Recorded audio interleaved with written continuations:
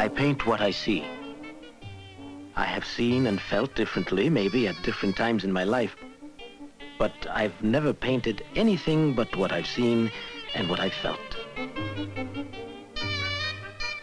People say they don't understand Cubism. Well, I don't understand Chinese. That doesn't mean the Chinese language doesn't exist.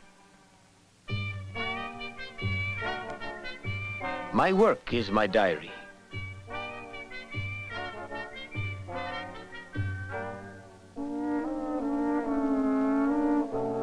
For those who know how to read, I have painted my autobiography.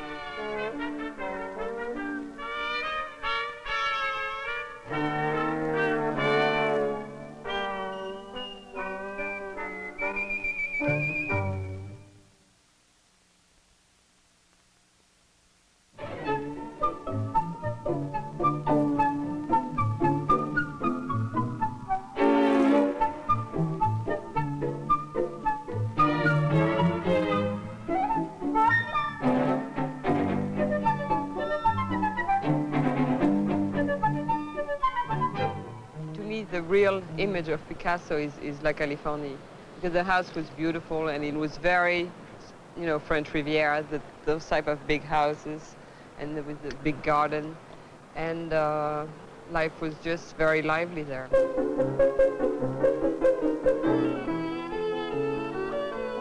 It's, you know, part of this whole pleasure of life. You would take pleasure in anything and have fun with anything. But what I think is so incredible is that he's done so many more things than anybody else in the world ever.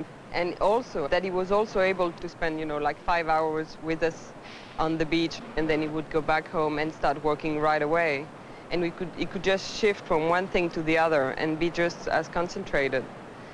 We'd be having dinner, for example, and suddenly the lunch was finished, and he would take a part of the lunch and making it into a sculpture, and that's the way it worked. You know, everything was just so mingled. His personal life and his artistic life was just one same thing. To us, drawing was just another thing, like swimming and running around, something that everybody did in the family. There's also a series of dolls that he made for me that I like very much. And of course, they all have exactly my face. So they are dolls, but they're really me at the same time. He was very unpretentious, you know, and a very sort of loving father. He probably had more time and at not regulated hours, you know, like some other fathers would. You know, he never got up early in the morning. He wouldn't go to the office, and so when he was free, you know, for his children, he was really completely free. He would always play with us. When he took his bath, he would put the foam on his head and then make masks, you know, drawing lines on his face. It's the first picture of probably 30 or 40,000 photographs of him that I have. There was no self-consciousness at all. No more concern than had he been a child or a king. It was more exhausting to photograph Pablo Picasso than a day of combat in Korea or Vietnam or World War II. With Picasso, there was no chance for a retake of any kind. It happened like that. I missed plenty, of course, but I didn't miss some. So what you have here is a compilation of all those aspects of my friendship with Picasso and Jacqueline and the life in the house.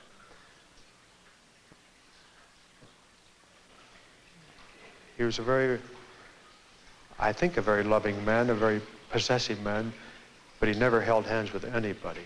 That day he did. He and Jacqueline were holding hands. And I didn't know at that time that they were married. She was the center of his home, but they weren't married. And when I saw him holding hands, I thought, what the hell is this? You know, I've never seen it before. And the wedding dinner was back in the kitchen. Portrait of Jacqueline. The dress is actually the wrapper from a box of Swiss chocolates.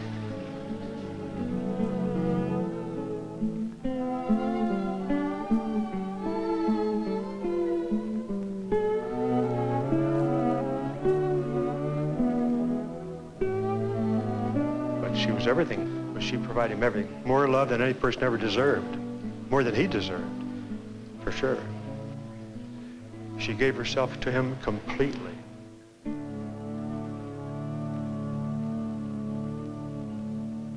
We got up early because, of course, we used to go to school, so we would get up early, and Jacqueline would get up early. But not until about midday would anybody go into my father's room. And then we would all go and have our second breakfast. I mean, there'd be the bed and all the mail spread around the bed. And he would read every letter he got, plus every magazine he could buy. I mean, magazines about anything, about, you know, Hollywood movies, about anything. And if it was during the summer, then we would go to the beach. Then by about 6, I suppose, we'd go back to the house. And then he would work until quite late. It would be interesting to preserve photographically the metamorphosis of a picture. One might discover the path followed by the brain in materializing a dream.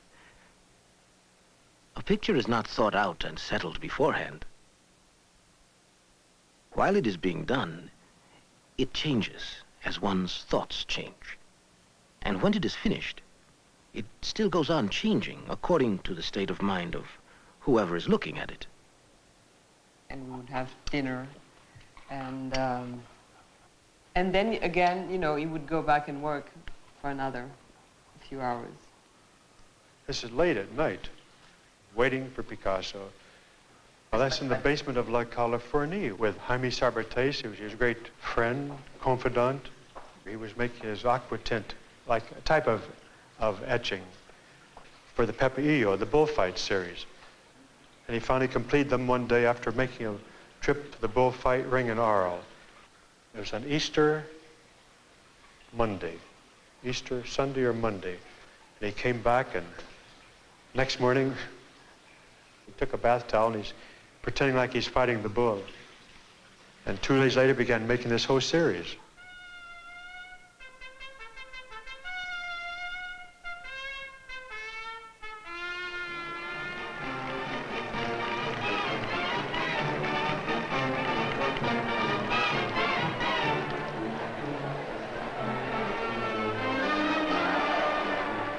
There's a saying in Spain about Sundays. Mass in the morning, bullfight in the afternoon, and brothel in the evening.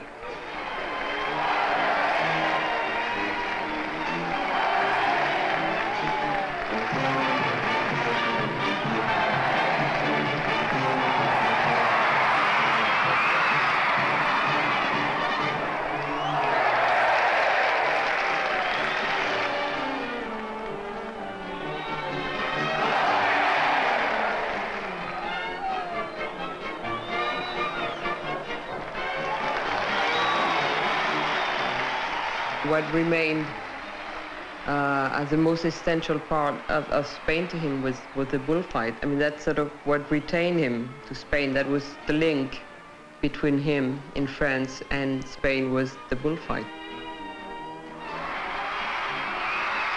Always the myth of the bull is very important. And it's very important in his own painting. It's like one of the recurrent images. The sun, the shade, the blood, the bull, the eventuality of death.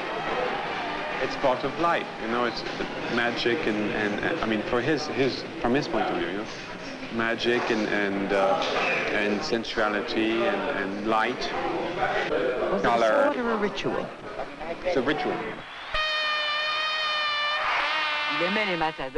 He loved the matador, and he loved the bull, but above all, he loved man. Even if a matador made a very bad pass, Picasso respected the matador and loved him. He was always like that. The bullfight was in his soul as a Spaniard and in his work as a painter. In Picasso's house, I often found buried in the piles of junk a picture, sketches from his childhood. Where did you do these, I asked him. Malaga. My father took me to all the bullfights on holidays. I never painted like a child, you know. When I was quite young, I was making drawings that were academic. Their precision, their exactness frightens me.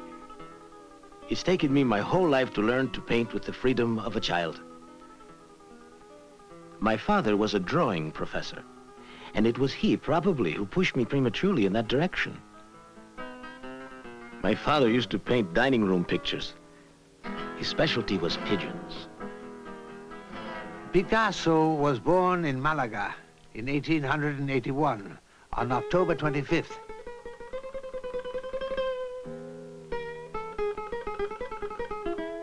He and his sister Lola would play with the pigeons. Pigeons were always part of the household. If Picasso were left to his own inclination, he'd always have pigeons around. His mother had a blind faith in her son. Years later, she would write to him, "I believe you can do anything. If someday they tell me you'd sung Mass, I'd believe that too." When we lived in La Coruña, to teach me, sometimes my father would cut off the legs of a dead pigeon and pin them down on a board. I was told to copy them as exactly as possible until they met with his approval. And one day, when he returned from a walk, he saw my painting of the entire pigeon, not only the feet. He looked at it for a long time. Then he suddenly gave me his palette, his brushes, and his paints. "Take these," he said. "They're yours now." And he never painted again. I still draw every man always, with more or less my father's features. For me, a man is Don Jose, always. There are only 2 paintings that I did in La Coruña that I've kept.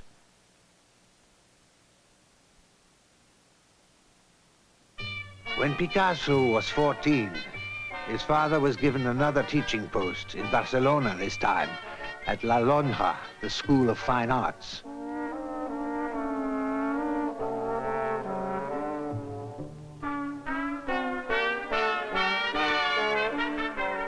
To Picasso, Barcelona offered gaiety and excitement.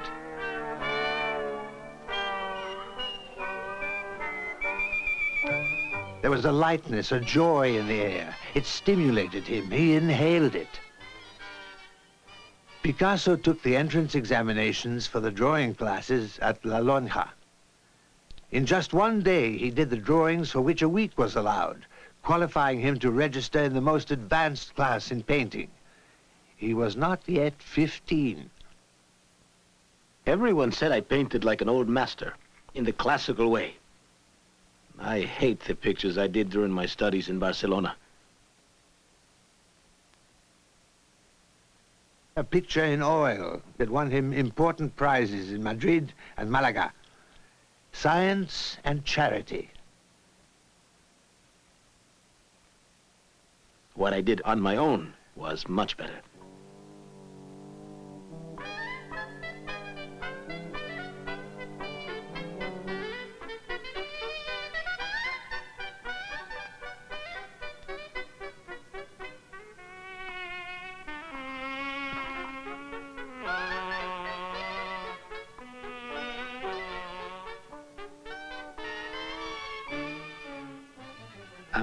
During a stay in Madrid, he became ill. He came back to Barcelona, weak and discouraged. His friend Pallares, his first friend in Barcelona, said to him, "Come home with me to Horta." And so Pallares brought him here to Horta de Ebro, and Picasso spent 8 months in Horta, working in peace to regain his health. In Horta, I learned how to take care of a horse, to balance a load on a donkey, how to build a fire, to draw water from a well. I learned how to speak Catalan. Everything important I know, I learned in Pallares village, in Horta. I don't think he ever made more tender landscapes than those of Horta in 1898. Here, he remade his life. He was able to go back to Barcelona to fight and start anew.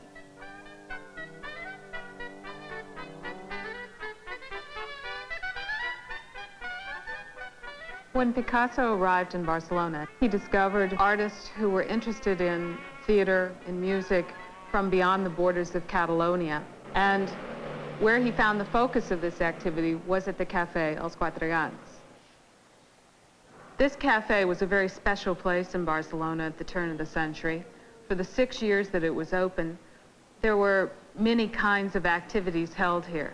And Picasso encountered a circle of friends, bohemians, that were quite different from anyone he'd encountered so far.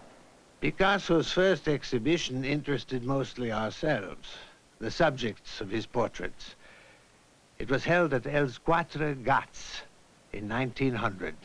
There were all sorts of curious individuals who came to the cafe, one of whom started out as a poet. This was Jaime Sabartés. He and Picasso became good friends during the Quatre Gats years, and Sabartés essentially functioned as his biographer secretary for most of Picasso's adult life. When I first met Picasso, he was still signing his work Pablo Ruiz Picasso, using first his father's name, Ruiz, and then his mother's, Picasso. But since the name Ruiz is so common, we Catalans called him Picasso, a more unique name for this unique individual. And that name remained. With his group of friends at the Quatre Gats Cafe, he became more interested in recording the life he saw around him on the street.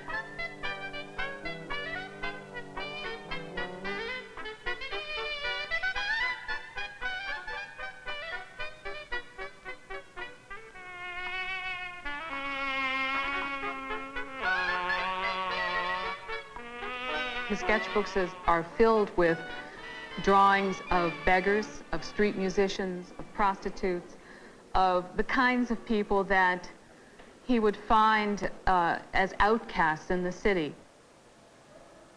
Several years later, Picasso painted a wonderful painting of the Celestina, one of the old procuresses of that neighborhood. And on the back of that painting, he mentions that she lived several doors down from him on Conde de Salto.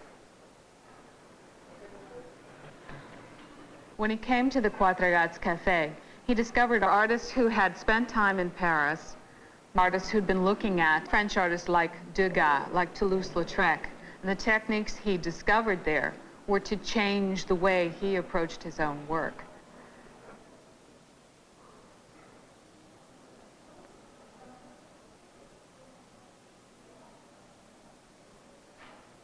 They called him their Petite Goya.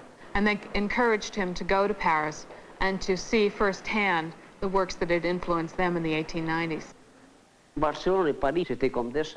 Paris and Barcelona were like two sisters. All the Catalan and Spanish artists went to Paris. We were all drawn to Paris. It was our goal. You had to pass through Paris. If you succeeded in Paris, all the doors in the world were open to you.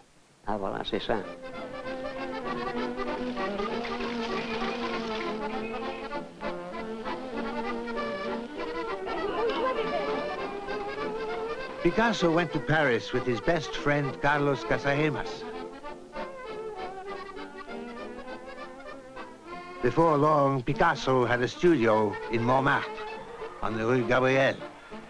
It had belonged to Nonel, who was going back to Barcelona. Now Picasso shared it with Casagemas and Pallares. And where did the money for this come from? My father paid for the trip. When he and my mother returned home from leaving us at the station, they had only the few pesetas in my father's pocket to last them the rest of the month. My mother told me that much later. In Paris, he saw the works of Van Gogh, Gauguin, Steinlen, Toulouse-Lautrec. He devoured everything.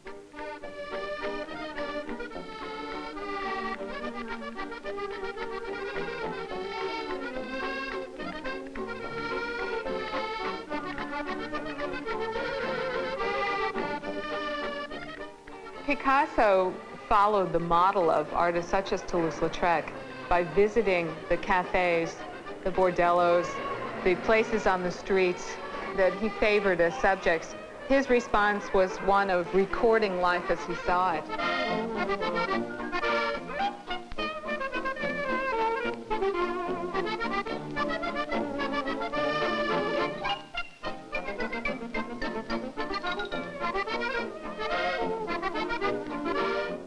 He was doing many different things at the same time, so that while some things look like Toulouse-Lautrec, the freedom of color and brushstroke in another work might draw upon Van Gogh.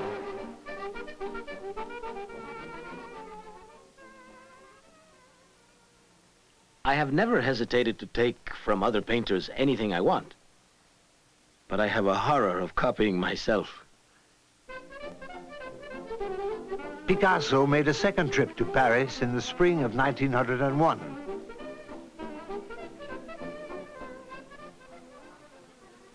In June, the art dealer Vollard gave the first Paris exhibition of Picasso's paintings at his gallery Rue Lafitte. It was reviewed by the critic Félicien Fagus. This brilliant newcomer, Picasso, is the painter, absolutely, beautifully the painter. Everything is his subject. Each influence is transitory, set free as soon as caught. Picasso's haste has not yet given him time to forge a personal style, for he's not yet 20, and they say he covers as many as 3 canvases a day.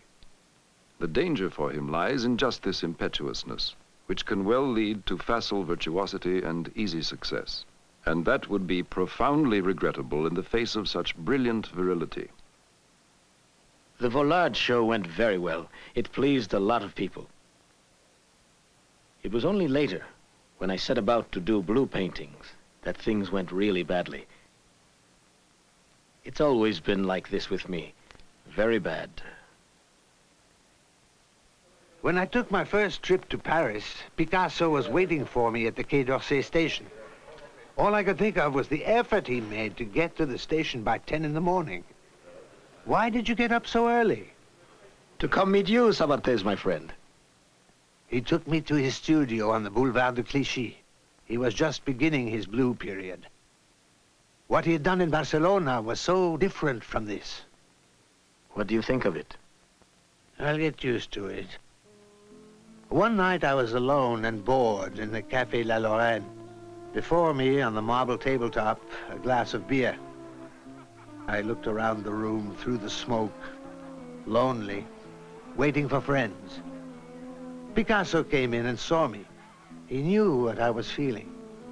A few days later, I was amazed to see myself in his studio. The beginning of the blue period is linked to the reflection about the death of Casagemas.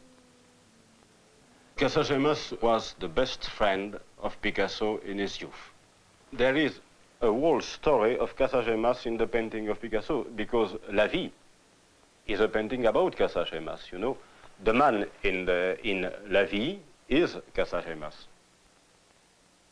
Casagemas, I think, was impotent, could not have a sexual life. And he has killed himself in the beginning of 1901 in Paris. Killed himself, a bullet in the face. At the beginning, you know, the man was Picasso himself. Later, he painted Casagemas, and I think that there is not exactly a symbolism, but he tried to show the bad fate of Casagemas, who could not love a woman. In Paris, in the cold winter of 1902, with no money for wood, Picasso kept the fire in his hotel room burning by feeding it with sketches. He shared the room with Max Jacob in the Hotel Voltaire. Between them, they had one top hat and a single pair of gloves. They took turns sleeping in the one bed. When he returned to Spain, Picasso wrote to Max, My dear Max, it has been a long time since I wrote because I'm working a lot. I show what I do to my artist friends here. They say it has too much soul and not enough form. That's very funny.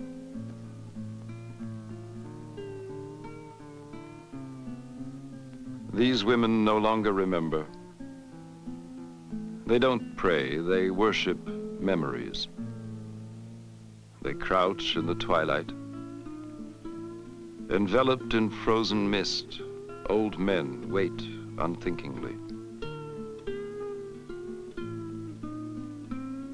Other beggars are worn out by life, the infirm, the cripples, the bums. For a year, Picasso lived this painting of tears. Blue as the human depths of the abyss, and full of pity. Life with its torments is the basis of art. For a long time, I needed to limit myself to the use of one color as a form of discipline. He has learned what to do with blue. Now he wants to learn to do without it. He must return to Paris now, and for good.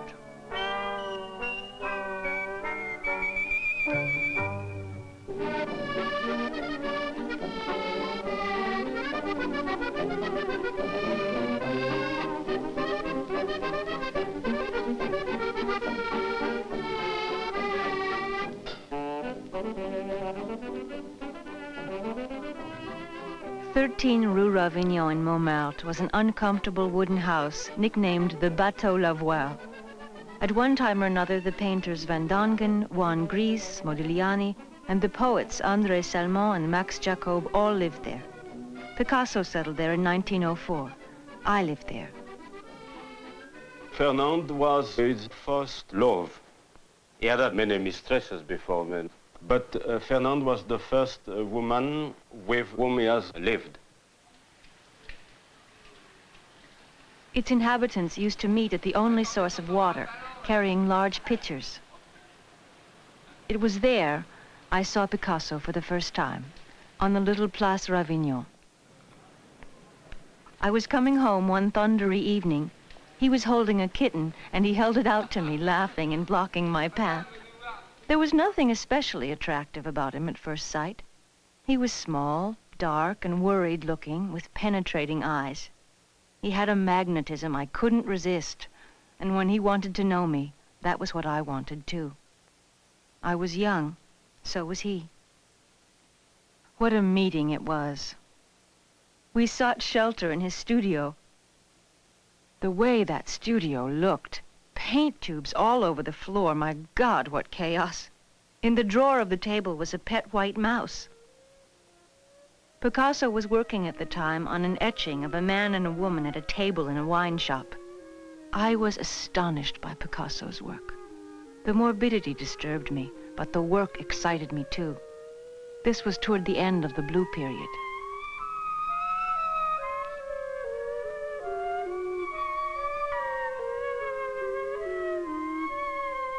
He was very jealous and would never let me go out alone. It was he who did the shopping. We were very poor. There were winter days I had to spend in bed because there was no money for heat.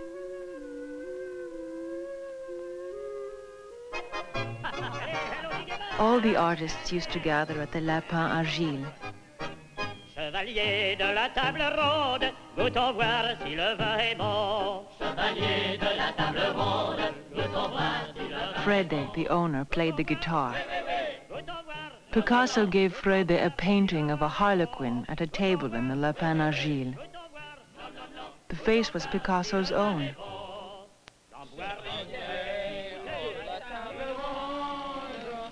The Picasso gang would wake up the neighbors with pistol shots. I met Apollinaire on one of these escapades, and at the poetry evenings at a cafe in Montparnasse. How he could talk. What discussions, what madness. We left only when the owner threw us out into the street. Apollinaire and Max Jacob visited Picasso every day. Neither Max Jacob nor Pablo could resist an opportunity for being wittily malicious about even their best friends. Ah, the poets. Poets often have a sense for it. Apollinaire, he knew nothing about painting, yet he loved the real thing. I judge hard this quarrel of tradition and invention between order and adventure. We who seek adventure everywhere, we are not your enemies. We want to bring you vast and strange domains where flowering mystery is offered to those who would gather it. There are new fires to be found, colors never seen, 1,000 immeasurable dreams to which reality must be given. We wish to explore kindness, that vast country where all is silence.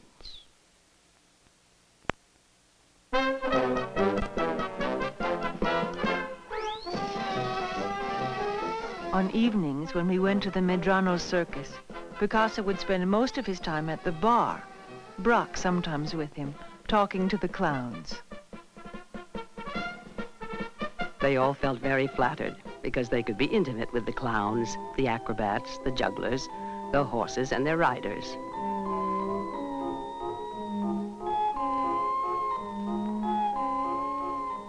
Two Americans, brother and sister, visited us. How odd they were. They bought 800 francs worth on their first visit. That was beyond our wildest dreams. Gertrude and Leo Stein invited us to their Saturday evening gatherings at the Rue de Fleuris. They had Gauguins, Renoirs, and Cézannes. These were joined by many of Picasso's.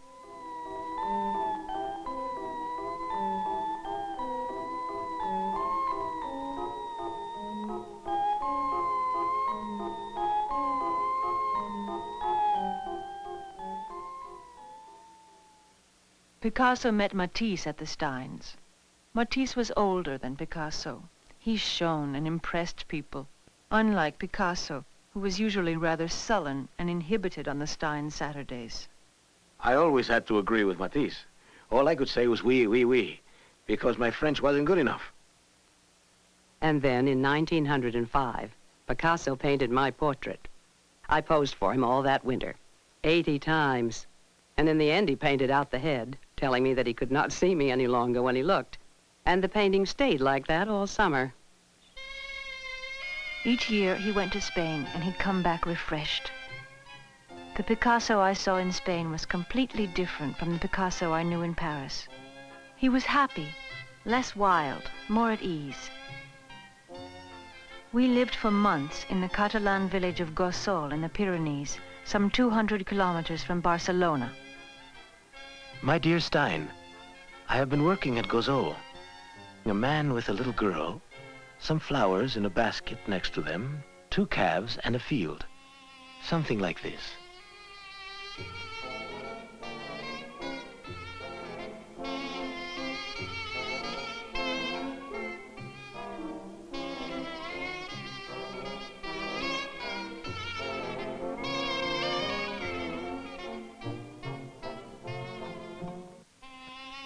Les portraits de Fernande, les premiers qu'on connaît. The first known portraits of Fernand are portraits where there is still a lot of resemblance.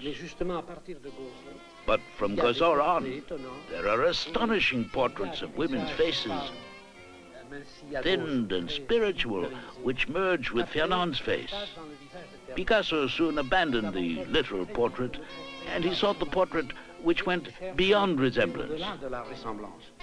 Immediately upon his return from Spain, Picasso painted in the head without having seen me again, and he gave me the picture. It's the only picture which is always I, for me.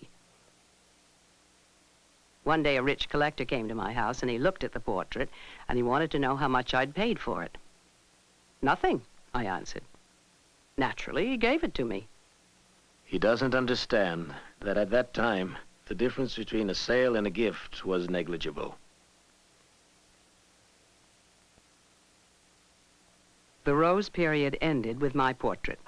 The quality of drawing had changed, and his pictures had already commenced to be less light, less joyous, much purer.